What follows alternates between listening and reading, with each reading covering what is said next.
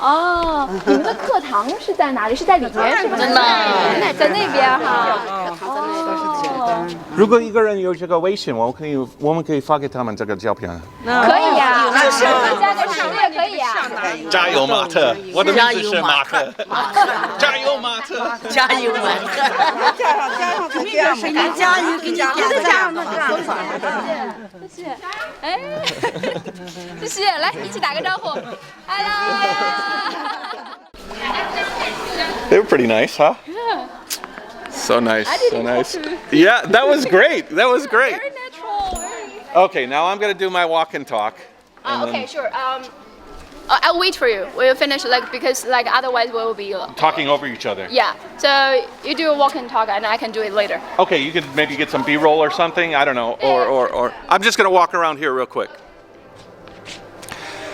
Hey guys, how's it going? I have had a bit of a tough time understanding how I'm going to formulate this video because it's a really sad state of affairs, to be honest. The mental gymnastics I've had to try to conceptualize where I am and what I've experienced while I've been here. Let's just say that I'm going to give you a small snapshot of a happy Muslim community that is happy with where they are in China, and they're happy with the direction their congregation has gone in the area. They've evolved over time, and they're appreciative of China. Now, I'm sorry, I don't want to be part of that group of filmmakers that are going and taking advantage of the current situation in Xinjiang to show you doctored videos or falsehoods. People here are happy, in this place at least. I'm going to at least tell you this place's story, because you know what's kind of funny is I think it's a sad state of affairs when people have been scared from telling the good stories because the propaganda outside and all of the anger towards this whole situation in Xinjiang and everything has created an environment where you can't tell the good stories because people only will believe the bad stories. If you tell a bad story about the treacherous situations that the government here is imparting upon the Muslim community and how they're terrorized and how they're subjugated and everything, then you will get all the support. You'll get, yeah, we need to go in there and help those people. We need to take care of business. But if you tell a story like here that I experienced the last couple of days at this mosque in Bayannur in Inner Mongolia, you automatically are part of the problem. You're part of the group of people who are being fed all of this narrative in order to tell a story that isn't true. It's not true. Happy Muslims isn't true. Subjugated Muslims, that's true. So I'm about to tell you a very interesting story about a group of Muslims that are very happy, that are industrious, that are welcoming, and that consider the terrorism activities that have been happening, which propagated and prompted this sort of crackdown in Xinjiang. They consider the activities, at least the terroristic activities that caused this situation to be vile, caused by vile individuals. I'm talking about the original terrorist activities. They're frustrated with the stigma that Muslims in China have gotten, and this weird kind of, like, all Muslims in China are being subjugated. They're like, what is going on with our faith here in China? It's not what we're seeing. It's not the lives that we live, and we are Muslims in China. Why is our lives, why is our story apparently not true or not important? So I'm going to tell their story. I'm going to try and tell it in a way that is very truthful and that can give you a different perspective of the Muslim faith in China. And it's very true, okay? It's true from my personal experience here. So first off, we are in one of 45 mosques in Bayannur. It's hard to pronounce this city. A lot of these cities in Inner Mongolia have an interesting pronunciation. But this mosque did something that was sort of revolutionary with regards to being as open as it is. And it's a sort of an indication of how the Muslim faith, at least in this area, has evolved over time. We came here sort of on a whim. We saw the mosque yesterday, and we came here. We met the Imam in this faith here. Imams are the leaders of the mosque. He's a really, really nice guy. We ended up going into his little office area. We met some of the missionaries and some of the people that were running the mosque, and he gave us some melons. If you don't know, Inner Mongolia is famous for these sort of, they're kind of like cantaloupes, melons, really, really, really tasty. And they welcomed me in. For those of you that don't know, I'm not a very religious person. My family has a lot of Christians in it, but me, I didn't ascribe so much to religion very much.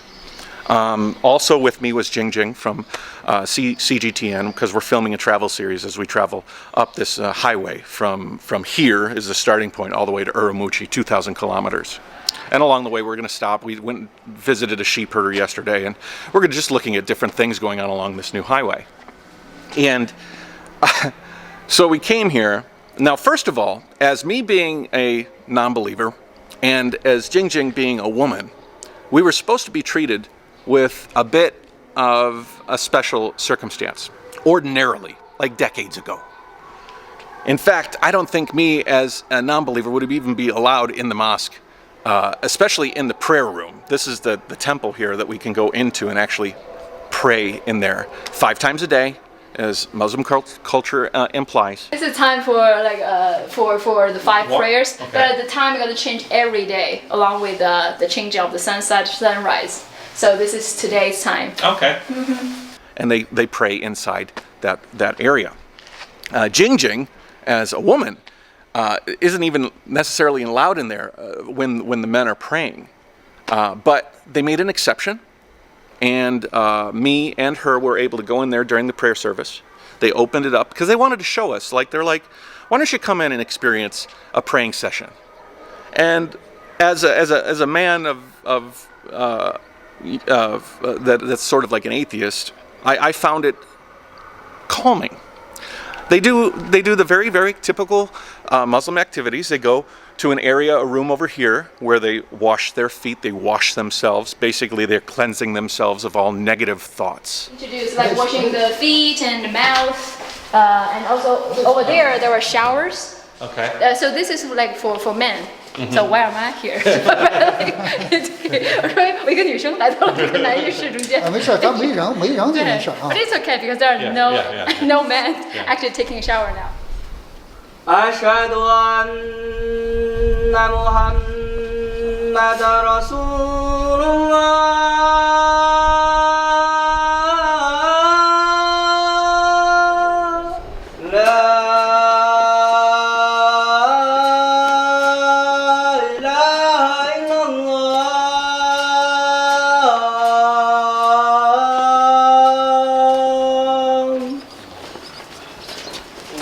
To go in there, and I found it interesting. It was a calming, meditative state. People were allowed to focus and pray and chant their messages to Allah.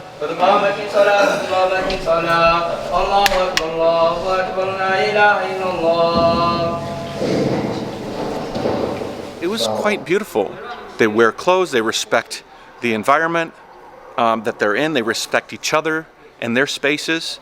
My family does come from a Christian background, and so I've been to some of the churches.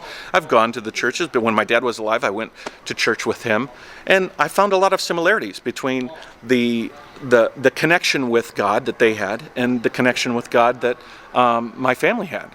And when we sat in there, I found the ability to go in there and witness it was beautiful. And I thought about, first of all, the fact that a century ago, if I wasn't allowed in there, if Jing was not allowed in there, once you start putting restrictions on, people start wondering, and they start saying, well, if we're not allowed in there, what's going on? Maybe they're setting up a jihad. Maybe they're, planning some sort of conflict. And once you have these ideas festering in your head, then you start to feel like a disconnect with the religion or with the community. This place and this entire city, I'm not going to say this is all over China, because, I don't want to like paint a huge broad brush and say, because I went here, everything. But I will tell you that this is not an unusual story for times that I've met people that have been practicing Muslim faith here in China. So take that as a grain of salt. But by us being able to go in there, we were able to shed an interesting light. I was able to grow as an individual here in China and understand that, geez, there are practicing, happy, cooperative, and understanding Muslims of Muslim faith here in China. And it started making me think, like, if I don't share this story in sort of a twisted light where I've got to kind of like acknowledge that there's horrible things happening to Muslims somewhere that I've never seen, then I'm going to be called a liar or a person that's not painting a complete picture. But wouldn't the incomplete picture be if I didn't tell you how this place has cooperated with the community and how this place has a positive feeling towards their faith and their community and people that practice other faiths? Because when I say practice other faiths, it's a very, very interesting thing. Now, we're in Inner Mongolia, so Mongols make up the majority of the people here. But in Bayannur, Mongolians are actually the minority. The majority here in Bayannur are Hui Muslims. The Hui Muslims have this sort of a cap with a brim on it and a flat top, and they maybe have less restrictions as far as attire that you might have seen in different ideas. The Western idea of Muslim faith is this like Saudi sort of Middle Eastern sort of Muslim character that we have in our heads. Not that that's wrong or right, it's just different. Anyways, these are Hui Muslims. And over time, they used to have a very stringent thing. Don't cooperate with the other faiths, because in this city there's actually a bunch of different faiths. There's Muslim, there's Buddhism, there's Taoism, and there's Christianity. All four exist in this city, along with non-believers like atheists. All live in this city together, and all practice their faith together. And over time, because the original rules here at this mosque even were no women allowed, no non-believers, don't cooperate with any other religions, you focus on your thing, and you focus on your community, your specific community, your parishioners, I guess. Would you use the word parishioner? Anyways, the Imam sat down with us. We actually sat in a big circle inside the prayer room. Jingjing was able to take off her headscarf that they gave her for the praying time, and we were able to just sit down. And the Imam was very progressive, as a matter of fact, and he was talking to me about how, talking to all of us about how over time the Hui Muslims in this community, 45 mosques in this area, 45, and this city does not have a very, very big population. Mongolia is kind of sparsely populated. But they have 45 mosques in this area, and they also have Buddhist temples and Taoist temples and Christian churches.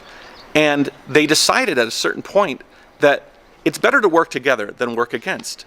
And so they started meeting. The leaders, the priests of the Christian faith, and then the monks from the Buddhist faith and the Taoist, would you say a Taoist monk? The Taoist leaders and the Muslim leaders all got together and they started cooperating. They started saying, you guys practice your faith, you have your community, we have our community, but we can help the entire city as a whole. I mean, these people are devout followers of the Muslim faith. They actually send a group of parishioners here to the Hajj to join in the celebrations around Mecca every year. We met some of the individuals that went to Mecca every year, and on behalf of the Chinese Muslims, go there. On behalf of the Chinese Muslims, go to Mecca. The outfits that they're wearing here, they actually took them on the Hajj. They took them to Mecca. 所有省团，我们属于内蒙古朝觐团。到这个北京去学习的时候呢，每一个人发一个咱们中国朝觐的这个。这个对，都一样的，是吧？中国朝觐，把它代表中国。你好。去了以后呢，这个一个呢就是体现。哈就是顺利，中国哈中国哈吉代表国家。过去呢，这个弱国无外交，人家去了以后不认你。16年去的。16年我是团长，他都是我们团员，我是他们的团长，是这样的。是吧？厉害。中国的就是这个体现那个中国整个国家的一个这个阿拉伯文是写的是什么意思？还是中国朝觐者。中国朝觐者。对，朝觐者。他去了以后，他懂这个阿拉伯语的，他一看就是中国朝觐者。这个呢就是代表整个中国，国旗呢不用说了。对。哇，好看，厉害。And all of these people also welcome the other cultures and the non-believers like myself. I don't like to say that's kind of a weird word, but so I have this story. We sat around in the center of the prayer room, and he was saying, we hated when we heard that there were Muslims that were claiming to be Muslims that were in Xinjiang and in Tiananmen and different places that were blowing up, stabbing, killing, maiming in the name of what they felt was their faith. And the Imam said, once you kill one person, you basically kill all of humanity. According to the Quran, which they read, which there's copies of in that prayer room, copies of everywhere. They read that Quran and they understand that if you kill one person, you're killing all of humanity.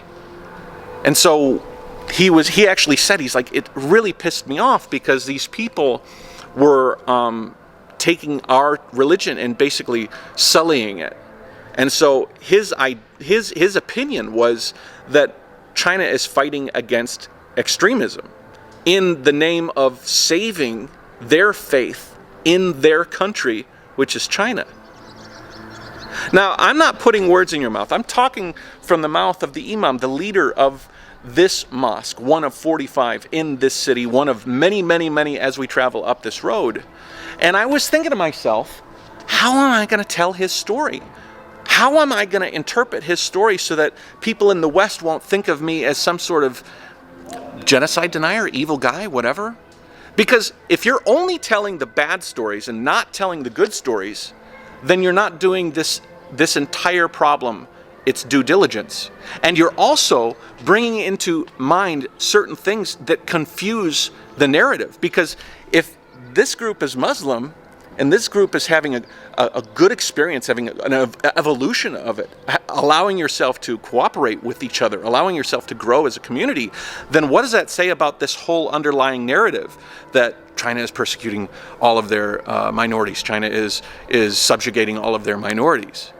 So I think I have to tell this story, even if in the comment section, in the people that watch this video, they're going to say he doesn't know what he's talking about. Well, if you say I don't know what I'm talking about, then you got to tell the Imam in here that he doesn't know what he's talking about, and you got to tell all the parishioners here that are enjoying their life in China, that appreciate the freedom that they have to express their religion, that they're lying too. That's what's always frustrated me, especially as I travel around the world and I see different things, is that I see things with my own two eyes. I meet people with myself, and I see them. I shake their hand. I talk with them, and somehow the talking heads outside of this country that are interpreting things, they're reading Chinese and they're hashing out the interpretation in a shitty way, or they're taking one evidence of abuse, and they're extrapolating it to say that all Muslims of all faiths, all Muslims in China are being persecuted. Well, that's absolutely not true. That's absolutely not true.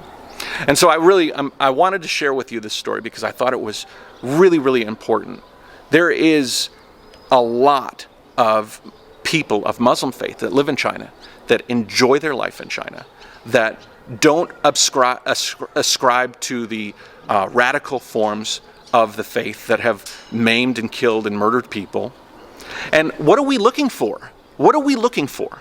Okay, as a community, as a global community, are we looking to encourage this form of Muslim faith? Are we looking to encourage a growth of this community? Or what are we saying? Do we want to have terrorism return? Do we want to remove the safeguards? Now, the strenuous nature of the safeguards, the overreach of government, all of this stuff, that's a conversation that we can have for sure.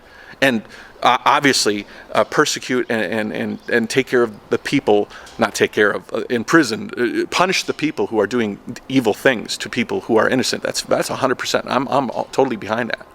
But we can't gloss over the fact that not all Muslims in China are being persecuted.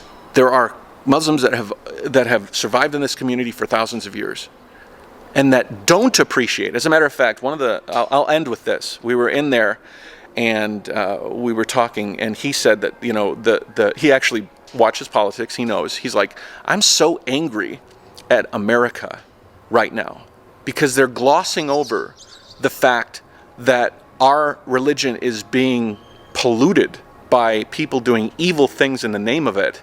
And America doesn't care at all. All they care about is politics. He actually said that. It was kind of funny. He pointed to me as an American. He's like, gosh, what is going on with your country to make what we're doing to try to make our religion more peaceful within China in such a way? Anyways, I just thought I'd tell you the story because I've had all last night I was thinking to myself, how am I going to tell this story? People aren't going to believe me because people are so ingrained with their ideology that they're saving the Muslims in China from the persecution, and that there could be persecution, and there certainly is evidence of wrong things happening. Crazy, weird, twisted evidence in some cases. Some cases, there's definitely a conversation to be had there. But to say that all Muslims need to be saved because they're all being persecuted in China, and China is this evil country doing evil things to all of these people, and that they're just this authoritarian nightmare. We need to look at more of the nuance in that story, because there is nuance in that story. The nuance is sitting behind me. The nuance is surrounding me right now. And in a few hours, there's going to be a group of parishioners that are going to come in here, and they're going to pray, and they're going to be happy about it, and they're going to be encouraged to do it, and just like they've done 5 times a day, every day, for the last thousands of years.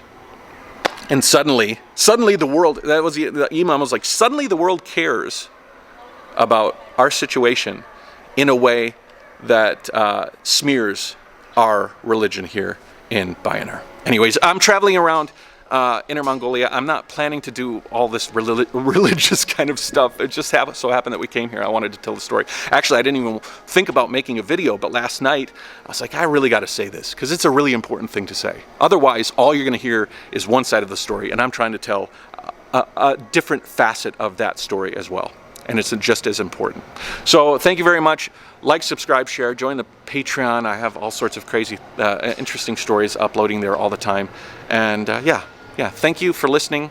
I hope that this helped to add a little bit of on-the-ground, interesting knowledge. And please understand, this is not staged. This was not some sort of contrived meeting. This is a typical mosque in Inner Mongolia, and in many ways is a typical mosque in many parts of all of this country. So this isn't an isolated thing that people of this faith are enjoying their time in China and are free to practice the way they want.